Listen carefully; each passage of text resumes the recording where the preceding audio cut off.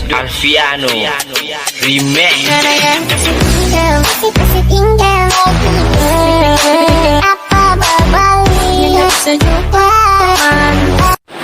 Assalamualaikum warahmatullahi wabarakatuh. Saya Amarina binti Yaakob selaku pembentang pertama akan membentangkan kerja kumpulan bagi subjek POL 3213 iaitu pengenalan pengurusan komuniti. Tajuk yang kumpulan kami akan bentangkan pada hari ini ialah implikasi kes penculikan dalam kalangan kanak-kanak di Malaysia. Pengenalan di Malaysia, kanak-kanak merujuk kepada individu atau mereka yang berumur 18 tahun ke bawah. Seterusnya diseterus dalam aspek jenayah pula, kanak-kanak merujuk kepada mereka yang berumur 18 tahun dan 10 tahun ke bawah. Kanak-kanak disifatkan dalam Islam sebagai seorang yang belum balik, belum matang atau tidak memayis. Seterusnya, definisi jenayah yang paling asas ialah apa yang menyebabkan kemudaratan atau penderitaan kepada orang lain. Sebagai contoh, semua orang percaya bahawa mencuri dan mencederakan atau membunuh orang lain adalah haram. Penculikan adalah perkara biasa dalam kalangan kanak-kanak pada usia ini yang boleh menimbulkan tekanan dan menakutkan bagi mereka. Penculikan adalah jenayah yang berlaku apabila seseorang diangkut atau ditahan untuk tujuan yang tidak sah, seperti untuk tujuan tebusan wang atau untuk melakukan jenayah lain. Kepentingan kanak-kanak jelas ditunjukkan dalam penyataan wawasan 2020 yang meletakkan keutamaan tinggi kepada keluarga kanak-kanak dalam usaha kerajaan mencapai status negara maju di samping memupuk masyarakat yang adil dan penyayang. Persoalan kajian, terdapat 3 persoalan kajian yang menjadi tanda tanya kepada pengkaji, iaitu apakah faktor-faktor berlaku kes penculikan dalam kalangan kanak-kanak, apakah kesan daripada berlakunya kes penculikan kanak-kanak, dan akhir sekali apakah langkah-langkah yang boleh diambil untuk mencegah kes penculikan dalam kalangan kanak-kanak di Malaysia. Objektif kajian mengenal pasti faktor-faktor yang menyebabkan berlakunya kes penculikan dalam kalangan kanak-kanak, mengetahui kesan-kesan akibat daripada berlakunya kes penculikan kanak-kanak, dan mengenal pasti langkah-langkah yang boleh diambil untuk mencegah kes penculikan terhadap kanak-kanak di Malaysia. Faktor kes penculikan dalam kalangan kanak-kanak di Malaysia. Faktor yang pertama ialah kes penculikan kanak-kanak di Malaysia berpunca daripada kecuaian dan kelalaian ibu bapa dalam menjaga anak mereka semasa bermain di luar rumah yang menyebabkan penculik senang untuk menculik kanak-kanak yang kurang pengawasan daripada ibu bapa. Kecuaian ibu bapa biasanya disebabkan oleh ibu bapa yang terlalu sibuk dengan pekerjaan mereka, yang mana ia mendatangkan kesan buruk kepada kanak-kanak tersebut. Kes pengabaian yang kecuaian ibu bapa terhadap kanak-kanak semakin meningkat walaupun telah wujud pelbagai tindakan undang-undang yang akan dikenakan kepada ibu bapa yang didapati cuai dalam menjaga anak-anak. Ibu bapa juga mempunyai perasaan tidak mengambil berat tentang keselamatan anak-anak dengan membiarkan kanak-kanak keluar daripada rumah atau bermain di kawasan rumah tanpa kawalan orang dewasa. Situasi ini sangat berbahaya kerana penculik yang akan menculik kanak-kanak yang bermain sendirian dan tidak dikawal oleh orang dewasa. Sikap ibu bapa yang leka dan membiarkan kanak-kanak menunggu dalam waktu yang lama di hadapan sekolah seorang diri dapat mendedahkan diri mereka kepada penculik untuk menculik mereka. Faktor kedua ialah masyarakat setempat kurang mengambil berat tentang persekitaran sekeliling. Sejak kebelakangan ini, masyarakat setempat kurang mengambil tahu hal-hal berkaitan penduduk setempat. Masyarakat setempat juga tidak mengetatkan pengawasan dan penjagaan terhadap penduduk di kawasan tersebut, terutamanya bagi kanak-kanak.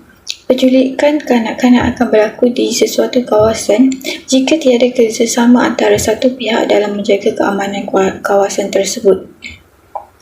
Anggota masyarakat mestilah peka dan sensitif serta bertanggungjawab dalam menangani kes kehilangan kanak-kanak dengan mengambil berat terhadap persekitaran mereka dan mengetepikan sikap mementingkan diri sendiri. Masyarakat setempat melakukan hal mereka sendiri tanpa mengambil berat tentang jiran yang lain menyebabkan ada pihak yang tidak mengenali jiran mereka sendiri dan mereka tidak mengetahui isu semasa yang berlaku di kawasan kejiranan. Ketika penculikan akan berlaku, mereka tidak akan mengetahui hal tersebut kerana mereka akan menganggap bahawa kanak-kanak yang akan diculik itu bersama dengan ibu bapa ataupun penjaganya. Faktor yang ketiga ialah sikap tamak dalam individu untuk mengejar kemewahan hidup. Penculik akan menculik kanak-kanak bagi mendapatkan wang daripada hasil penjualan organ kanak-kanak yang diculiknya. Mereka sanggup melakukan pekerjaan menculik kanak-kanak demi mendapatkan ganjaran wang yang lumayan dan banyak. Mereka akan menculik kanak-kanak dan membunuh mereka bagi mendapatkan organ dalaman dan dijual ke luar negara seperti Thailand dengan harga yang mahal. Penculik juga akan menjadikan kanak-kanak tersebut sebagai peminta sedekah dengan mencacatkan beberapa bahagian tubuh kanak-kanak bagi meraih simpati masyarakat dan memaksa mereka meminta sedekah di jalan-jalan. Jika bukan untuk dijadikan peminta sedekah dan mengambil organ, penculik akan meminta wang pampasan kepada ibu bapa bagi membebaskan anak-anak mereka. Penculik ini mengetahui bahawa ibu bapa sangat sayang ke anak-anak mereka, maka penculik akan meminta sejumlah wang dalam angka yang besar kepada ibu bapa jika ibu bapa mahu anak-anak mereka hidup dengan selamat. Oleh itu, mereka menggunakan kanak-kanak bagi mendapatkan wang dalam jumlah yang besar. Kesan kes penculikan dalam kalangan kanak-kanak di Malaysia.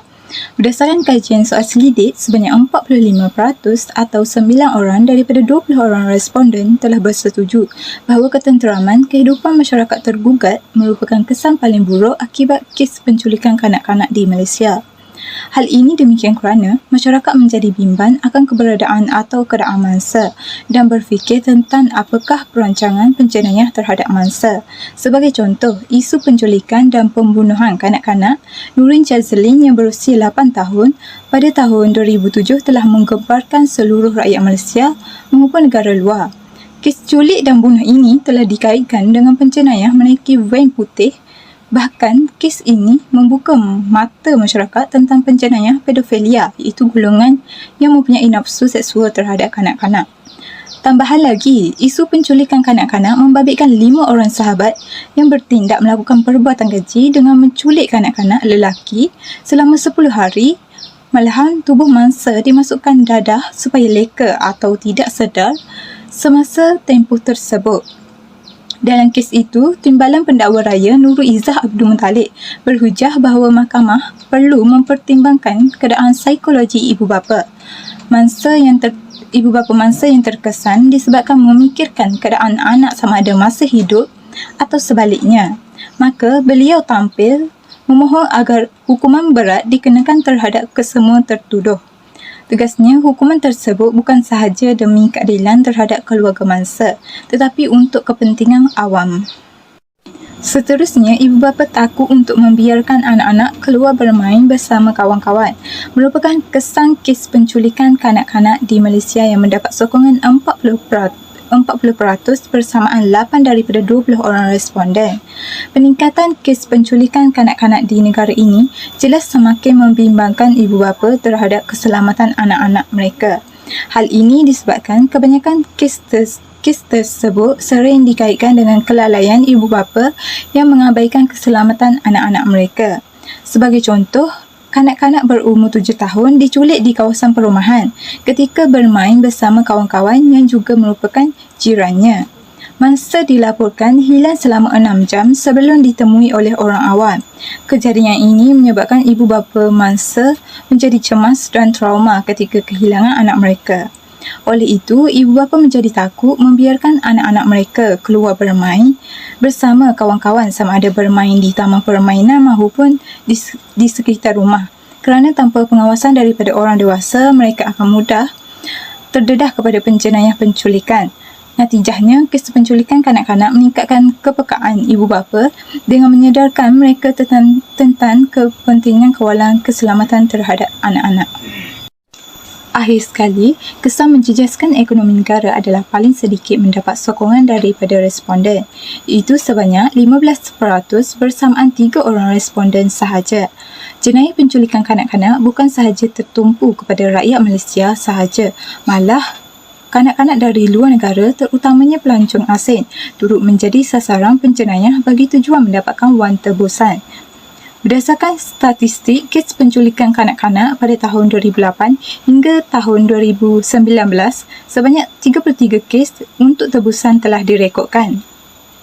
Menurut Timbalan Menteri Dalam Negeri, Datuk Muhammad Aziz Jaman berkata, daripada jumlah tersebut, 27 kes berjaya diselesaikan.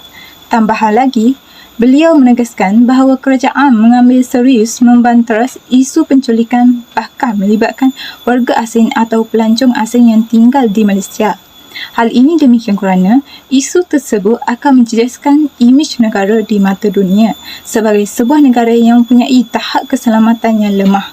Oleh itu, ia turut mempengaruhi sektor pelancongan negara menjadi merosot, seterusnya menjejaskan ekonomi negara.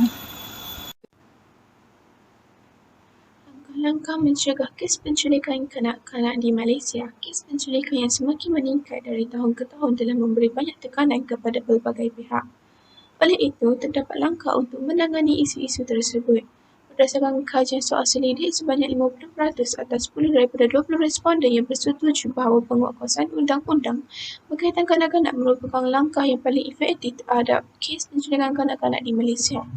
Menurut Berita Harian 2015, undang-undang yang dibuat merupakan peraturan bagi membentuk manusia untuk menjadi manusia yang lebih bertamadun di samping mengatur dan menertibkan manusia. Seramai 4,471 kes kehilangan kanak-kanak yang dilaporkan sejak dari tahun 2017 sehingga tahun 2021. Menurut MyNemo 2021, menyadari bahawa kanak-kanak merupakan aset kepada negara menyebabkan berlaku penambahbaikan dan pindaan terhadap Akta Kanak-Kanak. Sebelum ini, undang-undang yang menyokong dan melindungi kanak-kanak adalah Akta Kanak-Kanak 2001. Namun, telah berlaku pindaan yang dibuat oleh Parlimen Malaysia iaitu dalam Akta Kanak-Kanak Pindaan 2016. Penguatkuasaan terhadap kanak-kanak semakin dinaik taraf sejajar dengan peredaran zaman untuk melindungi mereka.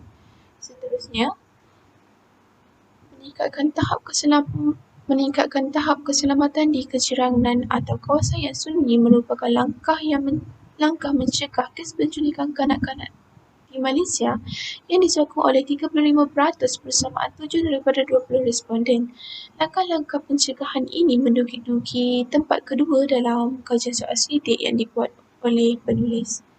Meningkatkan tahap keselamatan boleh dibuat melalui pemasangan litar tertutup CCTV, pemasangan kamera litar tertutup di premis perniagaan di kejiranan dan kawasan lapang dapat mengurangkan kadar kes penculikan kerana penjenayah akan berasa takut untuk melakukan jenayah kerana mereka akan ditangkap kurang terdapat bukti yang nyata. Langkah yang seterusnya atau langkah yang terakhir adalah kanak-kanak perlu belajar mempertahankan dan melindungi diri. Sebanyak 15% bersamaan 3 responden sahaja yang memilih langkah ini. Seni bela diri atau seni mempertahankan diri merupakan suatu kesenian yang muncul apabila seseorang individu tersebut cuba untuk mempertahankan diri.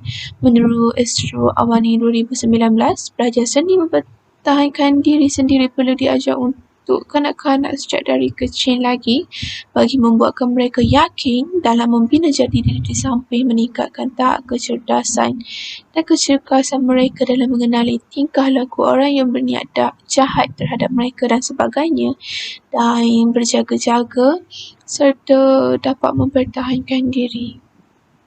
Kesimpulannya, semua pihak hendaklah berganding bahu dalam menangani isu penculikan yang melibatkan kanak-kanak kerana jenayah ini boleh dibenda dengan kadar yang segera sekiranya mendapat kerjasama daripada semua pihak.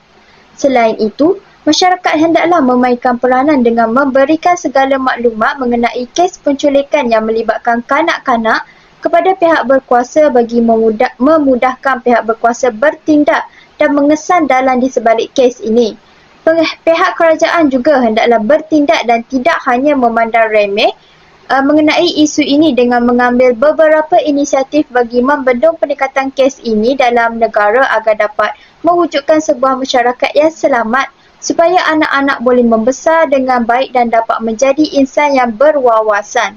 Oleh itu, kes penculikan yang melibatkan kanak-kanak hendaklah ditangani dengan segera agar masyarakat dapat hidup dalam suasana yang aman dan damai. Sekian daripada saya, terima kasih.